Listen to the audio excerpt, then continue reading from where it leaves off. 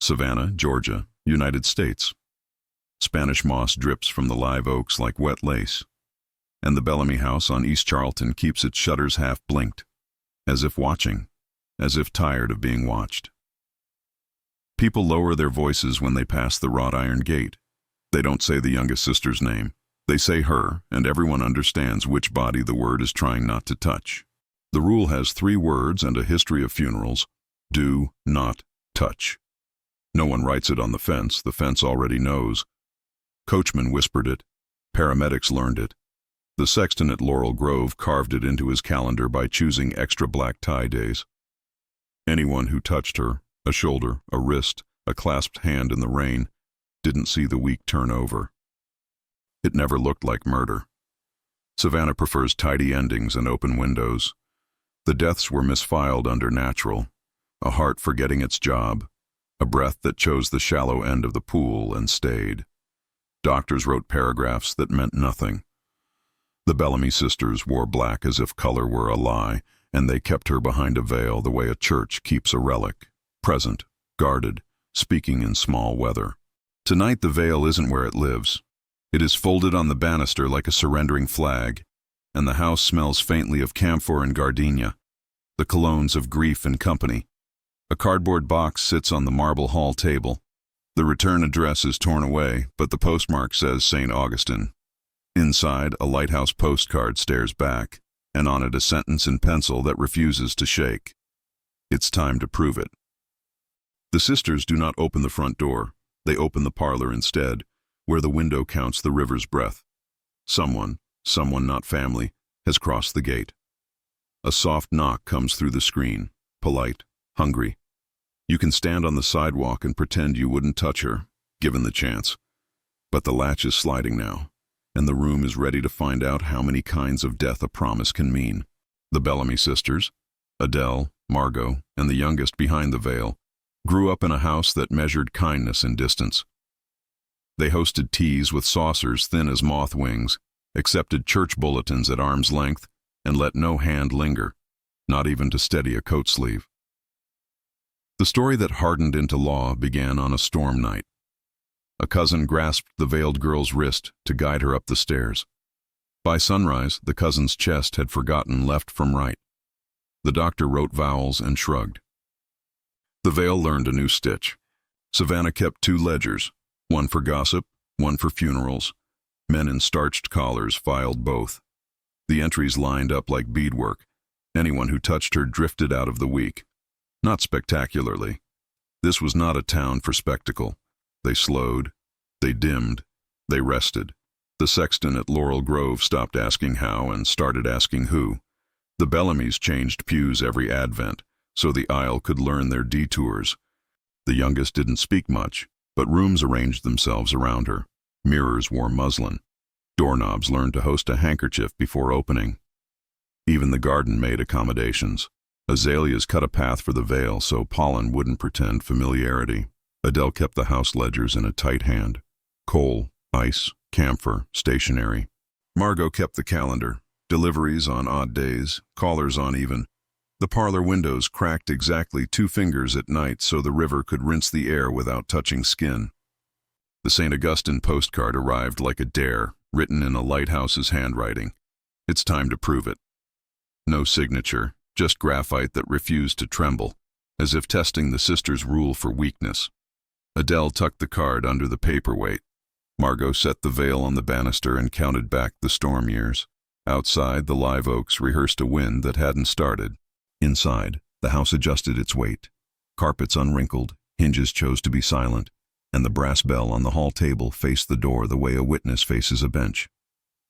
Before we open that door together, make the room less lonely. Tap, like so this story doesn't have to knock twice, and tell me your city and country in the comments. Savannah always listens harder when it knows who's visiting. Keep your lights low, keep your palms to yourself, and remember the rule that bought so many black dresses. Do not touch. The gate side opened the way Savannah does when it decides a secret should stretch its legs. A man stepped through with the posture of someone who didn't believe in curses but did believe in deadlines. Linen jacket, St. Augustine dust on his shoes. A canvas case that could have held a camera or contrition. He tapped the wrought iron once, a polite announcement to the gardenias, and stopped at the brass plate like everyone does when they sense they're being measured. "Mr. Crown," Adele Bellamy said from the threshold, voice as tidy as a ledger. "You sent the postcard." "I did," he answered, not stepping onto the marble. "I was told there's a rule, and that it kills." Margot, one stair above Adele, rested a hand on the banister where the veil lay folded, a pale river waiting for a decision. She didn't invite him to sit or come in. She let the house do its own introductions. The grandfather clock clearing its throat, the parlor window counting the river's breath, the brass bell on the hall table facing him like a bailiff. "You'll be in the parlor," Adele said. "You'll ask your questions from the chair by the fern. You will not cross the rug border. You will not offer your hand. If you faint, we will not catch you. If you pray, keep it under your breath." Mr. Crown opened his case as if to produce a contract, found only his own sense of being out choreographed, and closed it again. "I don't want to touch her," he lied, because curiosity and touch share a skeleton. The parlor was arranged like a courtroom that had learned to remove temptation. A small table stood between chairs like a polite fence. The window was cracked 2 fingers for the river's rinse. On the mantel, the Bellamy family portrait faced outward but had been trimmed, the youngest sister's corner replaced with muslin pinned like a bandage. Margot set a glass of water on Mr. Crown's side of the invisible line, then placed a peppermint beside it, a kindness with a warning label. "For nerves," she said, "or manners." The youngest sister entered without entering. A shadow first, then the silk of the veil brushing air the way new snow edits sound. She stood in the threshold of the adjoining room, a person-shaped quiet. Not a specter, not a trick of light. Simply a presence around which the furniture behaved. Mr. Crown's pulse announced itself in his throat. He took a breath that found the peppermint instead of courage. "We can sit," Adele allowed. "We can talk. You can look. You cannot cross." "Every account says the same," Mr. Crown began, opening a notebook he wouldn't be allowed to pass across. "A touch, a death, no marks, no quarrel. Doctors with empty paragraphs." He looked at the veil because eyes look for faces and because hunger is shameless. "What do you say it is?" Adele folded her hands and did not unfold them. "We say the rule. Nothing else is loyal," Margot added softer. "We say it keeps the town honest about what it asks women to endure." The clock clicked its small accusations. Mr. Crown revised his language. "Then I'm here to measure the distance that keeps people alive," he said, "not to violate it." Adele considered him like a shopkeeper considers a coin. Is it true metal or theater? She nodded once. "There will be proof," she said. "But it will not be the kind you can photograph." She lifted a small lacquered box from the mantel and placed it on the table fence. "Her comb," she said. "You will take it. You will leave with it. You will not hand it to anyone. If you hand it to anyone, they will not see the week turn over." Mr. Crown stared as if he'd been offered a verdict, disguised as an object. The comb was tortoiseshell, simple, missing one tooth like an old smile. He reached almost to take it, habit, not defiance, and Adele's palm rose a 1/4 inch without crossing the line. The gesture cautioned him more effectively than a sermon. He let the air cool his fingers and instead asked the only question that mattered. "Has anyone ever gotten away with touching her?" Margot's laugh was the sound a pew makes when someone stands at the wrong time. Savannah would have written a parade for that person. Wind rehearsed itself along East Charlton. The veil moved a fraction, enough to register as weather. Mr. Crown realized then that the youngest sister stood not violently still, but carefully so, as if steadiness were a form of speech. "I don't intend harm," he said to the veil, "because intention is the first lie every story interviews." The veil gave no answer, but the peppermint turned sweeter on his tongue, the way sugar does when heat decides to change its name. "You said you'd prove it," Adele reminded, the lighthouse sentence returning with the exactness of a tide. "You brought a witness?" The witness arrived as witnesses do, late enough to be inconvenient, early enough to claim innocence. A neighbor boy, 17 by his shoulders, Sunday clean, a choir pin on his lapel, hovered in the doorway with a woman who had the rained-on look of someone who parked badly on purpose. "We heard the bell," the woman said, eyes everywhere but the veil. "He brought a casserole." The boy lifted a foil-covered dish like an apology. The foil made a sound that has replaced thunder in modern funerals. Adele didn't step forward. "Set it on the porch," she said. The woman hesitated, then made her mistake. She brushed the veiled girl's sleeve with the back of her hand as if sincerity were a glove that could protect you. The room inhaled. The peppermint went bitter. Mr. Crown saw no melodrama, just a tiny unthreading in the woman's face, like a stitch cut in good fabric. Margot didn't move. "This," she said to Mr. Crown without looking away, "is why the rule has teeth." The casserole shivered on the porch rail in its foil skin, while the woman's breath miscounted. Not a collapse. Savannah doesn't allow theatrics, just the slightest drift, like a boat's rope quietly coming loose. Her hand, the one that grazed the veil, began to forget warmth. She blinked the way people do when a name won't seat itself in memory. "I'm fine," she said, which is the sentence a body chooses when it would like to be believed. Adele didn't touch her. She opened space instead, the way nurses open a curtain to let air choose a better shape. "Sit on the top step," she instructed.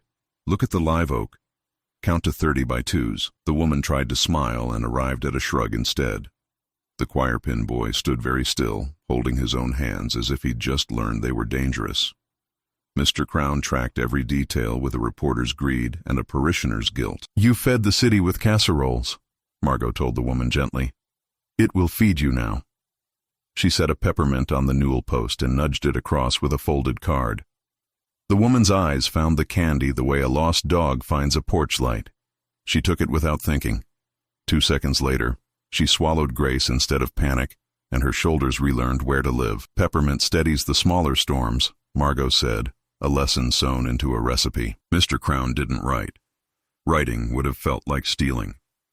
"No lesions, no seizure," he murmured, as if the room required a medical alibi to stay calm. "So what is it?" Adele met his question with the exact change. "Distance." She nodded toward the veil. "Her radius is a prayer you either keep or you don't. Break it, and your body pays in very polite coins." The woman cleared her throat and found a sentence that fit. "It felt like stepping from shade into noon, only inside," she said, pressing 2 fingers to the hollow at her throat as if securing a loose clasp. "It's passing." Margot inclined her head. "It will pass," she agreed, "if you keep the count and keep your hands." The boy set the dish down as if it were a live thing and backed away until the screen door decided it was closed. "Now your postcard," Adele said, returning the room to its earlier arithmetic. Mr. Crown produced it, St. Augustine, a white tower shouldering a gray Atlantic, and set it on the table fence without letting it cross to the sister's side. Margot angled the card under lamplight. Graphite refused to tremble. It's time to prove it. On the back, a watermark rose like a nurse's note. Depository, night box, after hours. Mr. Crown frowned. "Bank mail. Why would—" "Because rules need roots," Adele said.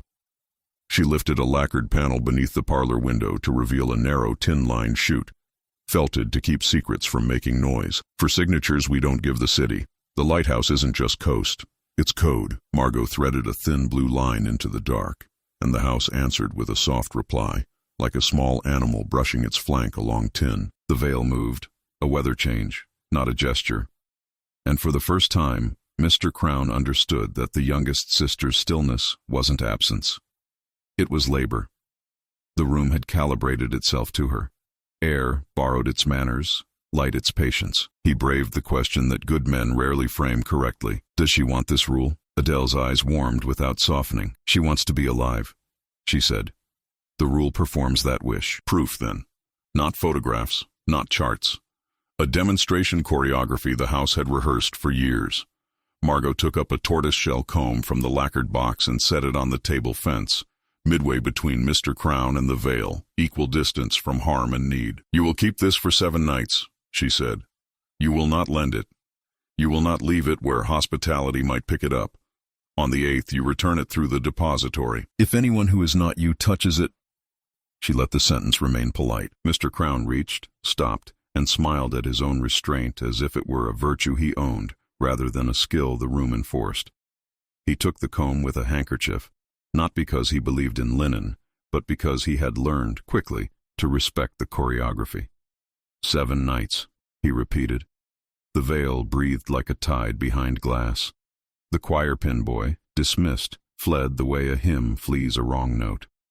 The casserole cooled.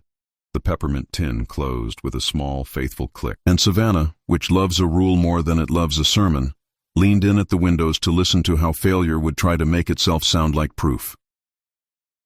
Mr. Crown took a room at the Hamilton Turner, because rumor likes a balcony. He placed the tortoiseshell comb on the desk and built a perimeter out of manners. Handkerchief folded over it, note card that read, "Do not touch," chair angled to block casual hands. He told himself that precautions convert superstition into policy. The lamp threw a modest circle. Beyond it, Forsyth Park rehearsed the sound a fountain makes when it remembers tides. He slept with the postcard in his breast pocket like a talisman that refused to bless. Night one taught him the choreography of almost. The maid paused at the threshold, saw the note, and rearranged the room without crossing the desk. Mr. Crown tipped too generously to thank her for a danger she didn't know she'd avoided. On night two, a colleague from the Savannah Courier dropped by uninvited with bourbon and questions. "You chasing lace and whispers now?"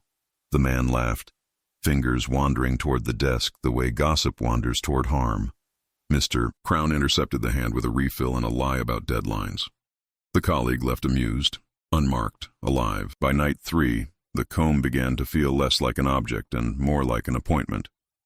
It warmed under the handkerchief the way a secret warms under a town. Mr. Crown wrote notes he didn't send. Her radius is a prayer. Violate it and you pay in polite coins. He woke to the sound of the elevator counting floors like rosary beads and realized he'd been dreaming of veils and of doctors writing vowels that mean nothing. He kept his hands. He kept his distance. He failed once, in thought rather than act. Night four, rain tiled the city into obedience. He pictured the veiled sister standing very still and wanted to know if stillness was pain or choice. The wanting felt like reaching. He folded another handkerchief over the comb and borrowed a peppermint from his pocket to turn hunger into something his tongue could translate. On night five, the hotel fire alarm performed its tired opera. Guests spilled barefoot into the hallway, clutching coats and loyalties. A boy of 8 saw the glint of tortoiseshell through the cracked door and made a child's move, the honest, terrible grab. Mr. Crown's body learned new speed. He scooped the comb with the handkerchief and pressed the boy's palm to the wallpaper instead. The boy scowled at being thwarted. The alarm stopped lying about fire.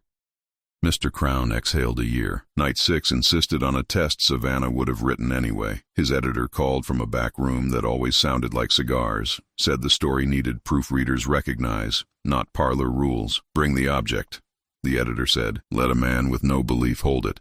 If he doesn't die, we'll print your romance as fiction.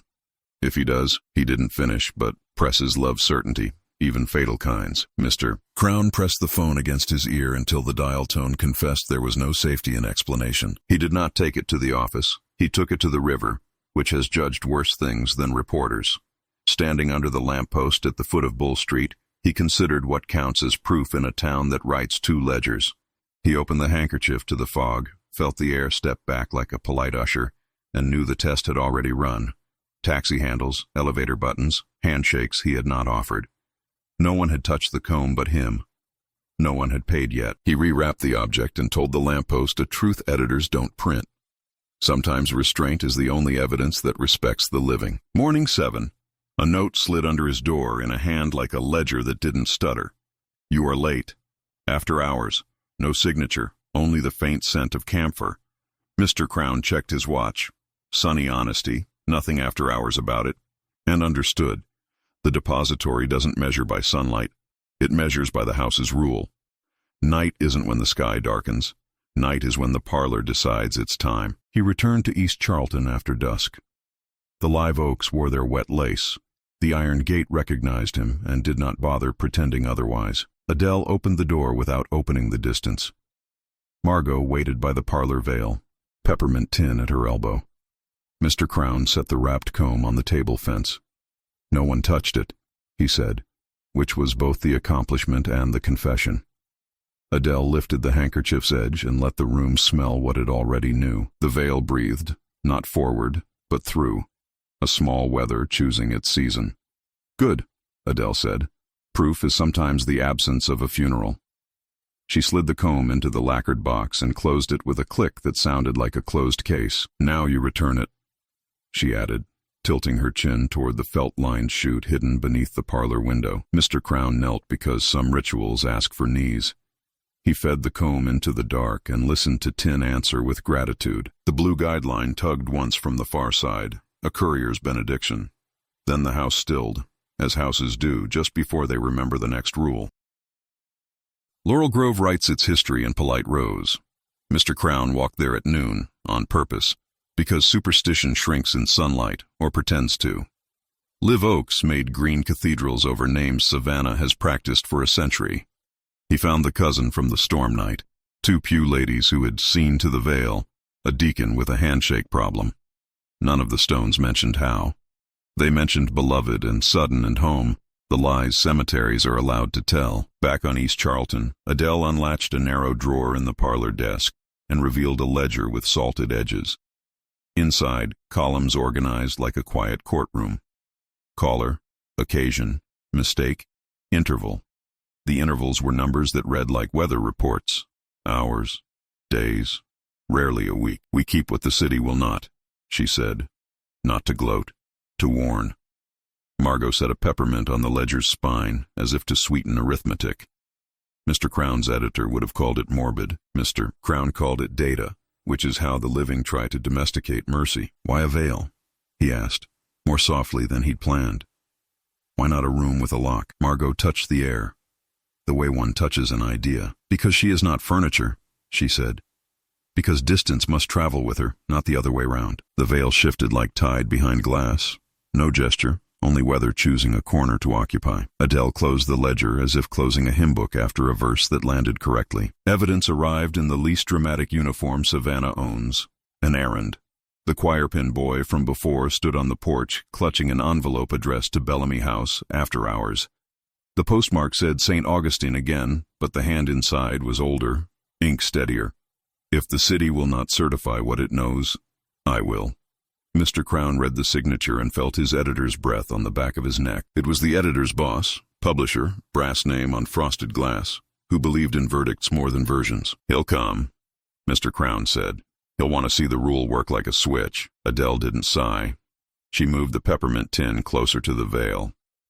Then the house will instruct him. That is all it can do. Margot opened the felt-lined chute under the window and flicked the blue guideline twice. Tin answered from the far side. A soft acknowledgement, the city's night arteries agreeing to carry news. Late afternoon found Mr. Crown at the courthouse, where records keep themselves in a temperature that doesn't admit seasons. He requested coroner summaries for 3 years surrounding the storm night. The clerk, who had opinions about everything but kept them embalmed, pushed a stack that smelled like starch and ink. Natural was everywhere. Stress was a frequent guest. The closest admission the city ever wrote was inexplicable.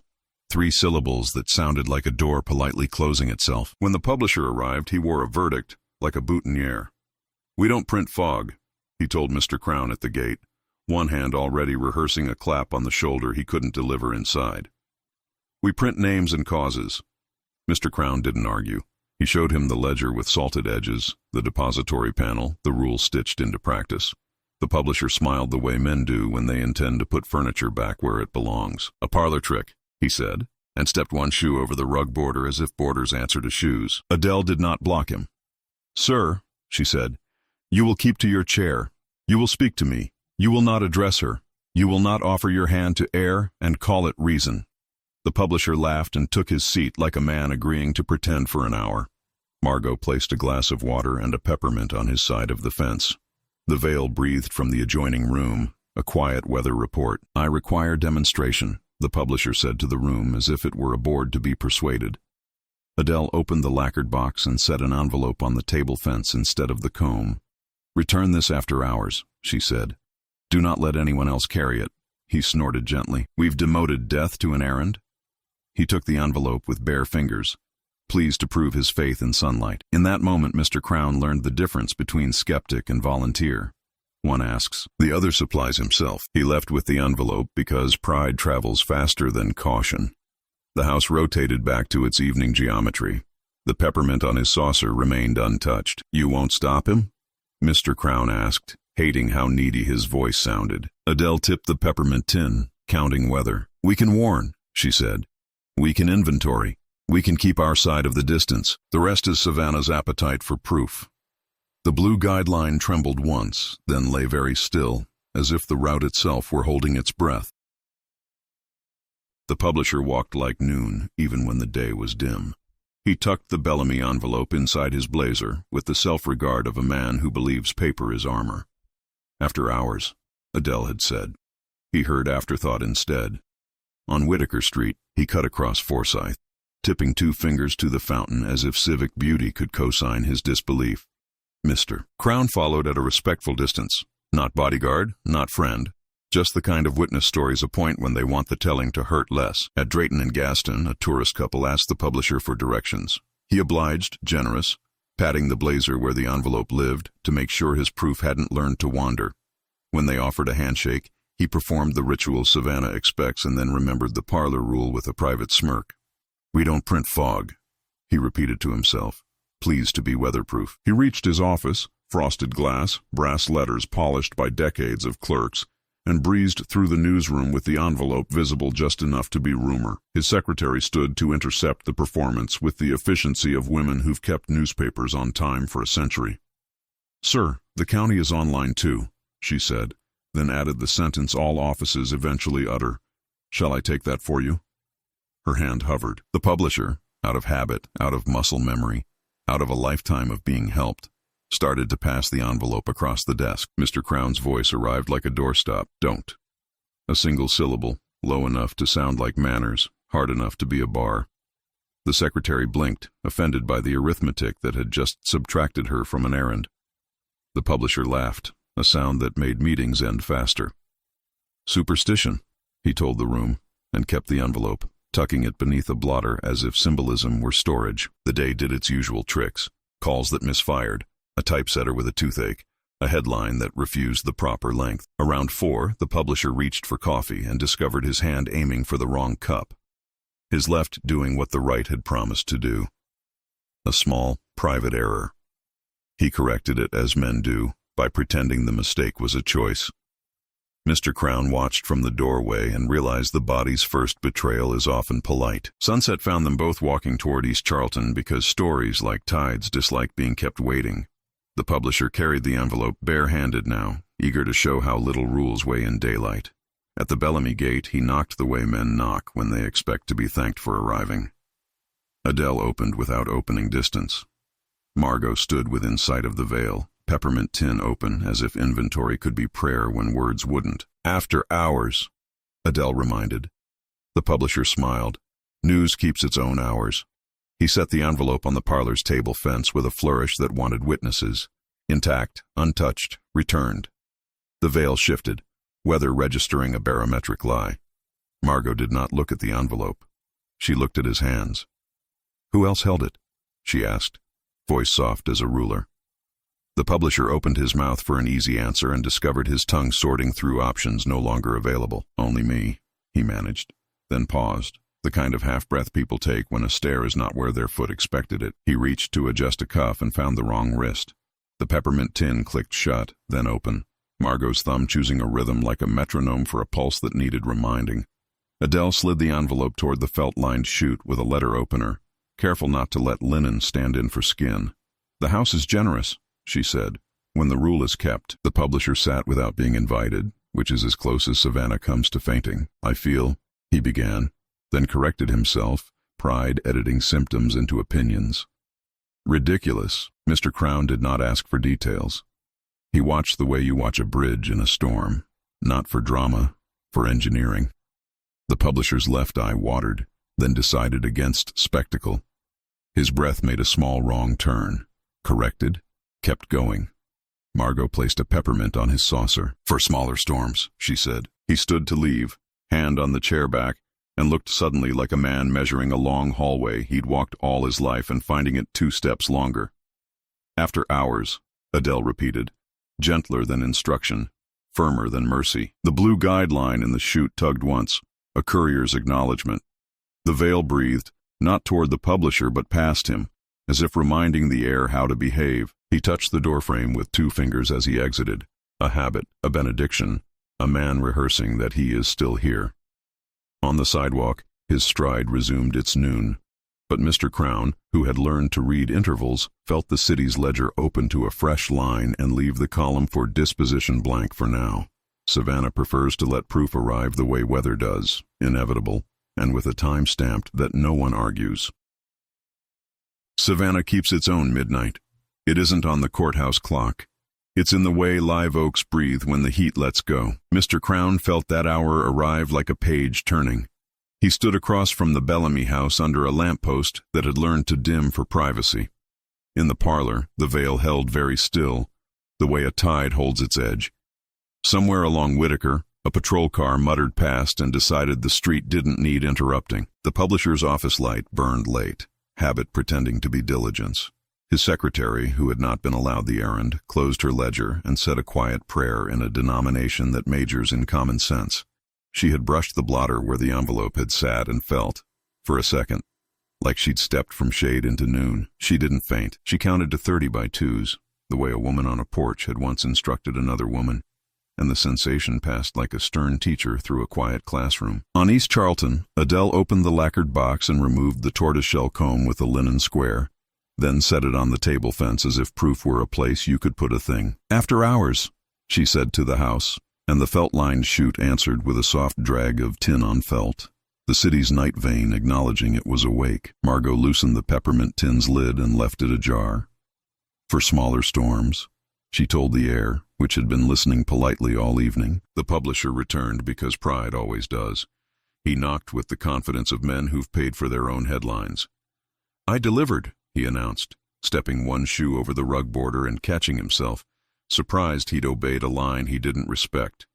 Adele inclined her head the way a judge does when a witness remembers their training. "Then your part is finished," she said. "Sit.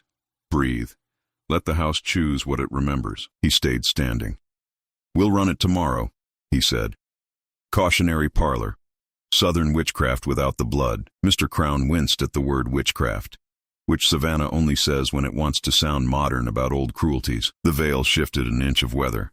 Margot's thumb tapped the peppermint lid like a metronome for a choir that hasn't found the key yet. The felt-lined chute tugged once. Adele glanced toward it the way a harbor pilot glances at a buoy. "After hours," she repeated, and fed the comb into the dark. Tin whispered acceptance. The blue guide line eased out, then back in, as if some distant hand, bank, church, courthouse, were practicing the city's patience. The room cooled a degree, the kind of change a thermometer writes down but a body calls notice. "What happens now?" the publisher asked, finally seated because the chair had the better argument. "Nothing," Adele said, "which is proof we prefer. The living continue.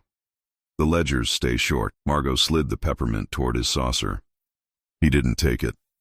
His fingers found each other instead, the way hands do when they're not sure who they belong to. The clock ticked its small, persuasive law.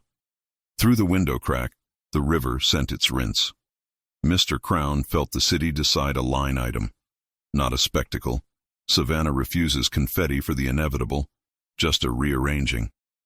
The publisher inhaled to deliver another verdict and found the breath had taken a different hallway. He adjusted. The room permitted the correction. He stood, discovered the carpet one fraction farther from his shoe than a lifetime of strides had taught him. "Ridiculous," he said again, but the word had lost its starch. On his way out, he touched the doorframe with 2 fingers, the same benediction he'd given before. This time the wood felt warmer than it should have, like a forehead that hasn't decided if it's sick.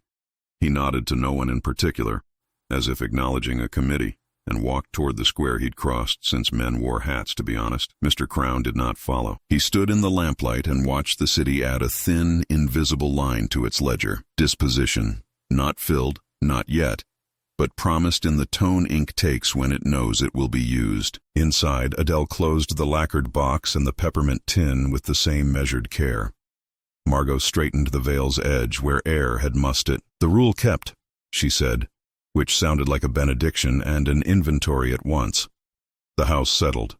The felt-lined chute breathed like a contented animal. And Mr. Crown who had learned that restraint is sometimes the bravest sentence a town can write, opened his notebook and left a page blank on purpose, space for whatever proof chooses when it finally keeps its appointment with morning. Savannah keeps her oaths without witnesses. By morning, the Bellamy porch wears the same polite light it wore yesterday, and yet the street feels fractionally narrower, as if the live oaks leaned in to hear how a promise slept. The publisher's headline never runs. Typesetters swear a spacing issue, the way cities swear the river was higher than the gauge allowed. At Laurel Grove, the sexton straightens ribbons that did not need straightening. The choir pin boy practices an alto line he doesn't know he knows. In the parlor on East Charlton, Adele oils the hinge on the lacquered box. Margot counts peppermints and writes enough in a ledger that never travels. The veil keeps its weather with the patience of a tide. Proof, Adele says at the window, arrives as a day that looks like all the rest. Margot answers, and a day that does not take anyone we love. Mr. Crown walks the square before noon because habit is a kind of guardrail. He passes the publisher on the courthouse steps, exchanging hatless nods with men who never learned how to apologize without a column inch. The publisher's stride is a fraction off, his left hand slower than the right, his breath measuring itself like a careful bookkeeper, alive, disciplined, rearranged. Mr. Crown does not congratulate the living for being spared. He keeps the distance the house taught him and lets the ledger inside his chest record the only outcome that matters. No funeral today. He writes one line he will not file. In some towns, survival is the proof the story promised to kill.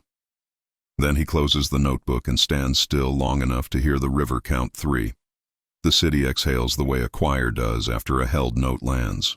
At dusk, the sisters draw the parlor shade 2 fingers, as always. Adele places a single peppermint on the table fence for smaller storms no forecast will admit.